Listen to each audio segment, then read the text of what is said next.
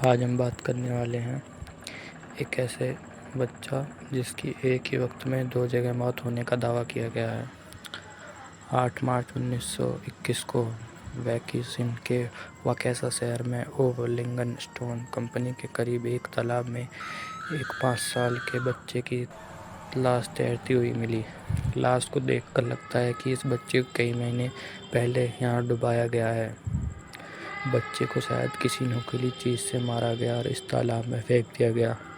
बच्चे के कपड़ों को देखकर ऐसा प्रतीत होता है कि बच्चा किसी समृद्ध परिवार से होगा, लेकिन हैरानी की बात यह थी कि आसपास के किसी पुलिस स्टेशन में बच्चे की गुमशुदगी की कोई रिपोर्ट दर्ज नहीं हुई। बच्चे ने ग्रे रंग का स्वेटर, सुनहरी लेकर काले रंग के मोजे, सफ़ेद कमीज और ब्रेडेड जूते पहने थे।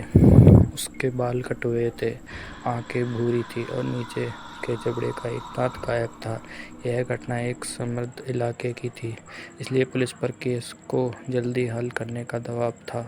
पुलिस ने बच्चे को पूरा ब्यौरा अखबार में छपवाया और साथ ही बच्चे के बारे में खबर देने वाले को $1000 इनाम देने की घोषणा की।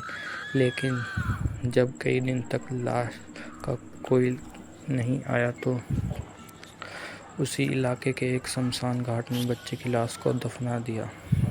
जब जांच पूरी हो गई तो एक औरत ने बच्चे के बारे में जानकारी होने और इनाम के पैसे लेने के दावा किया, लेकिन उसकी बातों को पुलिस ने ज़्यादा तुल नहीं दिया। इस बीच ओवलिंगन स्टोन कंपनी के एक कर्मचारी ने पुलिस को बताया कि उसने एक रात एक आदमी को जहां पर बच्चे की लाश मिली उसके पास कोई चीज़ ढूंढते हुए देखा था। वह दोनों इस इलाके के नहीं लगते थे। फिर वह दोनों कार में बैठे और चले गए और उस दिन के बाद फिर कभी नहीं दिखे। इस बात से पुलिस को अंदाज़ा लग गया कि बच्चे का किसी और शहर के किसी अमीर घर से अपहरण किया गया होगा और अपहरण शायद किसी जानकार ने ही किया होगा और बच्चा अपहरण करने वाले को ना पहचान ले, इसलिए बच्चे को मारकर फेंक दिया गया। पुलिस को यह भी खबर मिली कि नकाब पहने एक औरत उस बच्चे की समाधि पर फूल चढ़ाने आती थी। तो क्या औरत बच्चे को पहले से जानती थी? क्या यह वही कार वाली औरत थी?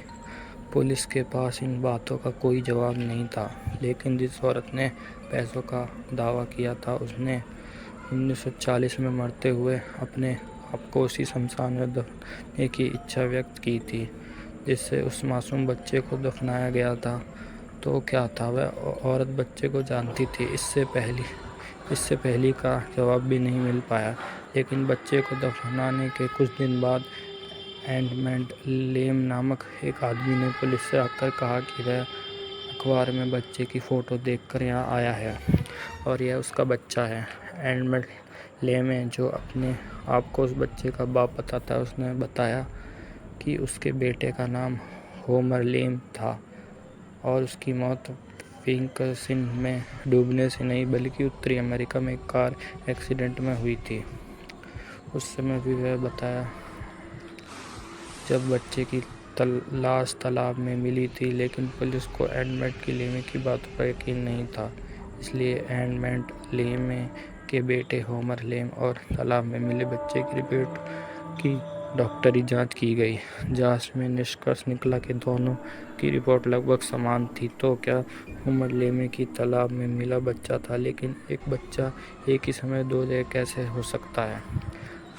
जांच एजेंसियां एडमंड लेमे द्वारा बताए गए एक्सीडेंट के बारे में कोई जानकारी न निकाल पाई, इसलिए एडमंड लेमे के दावे को झूठा माना गया।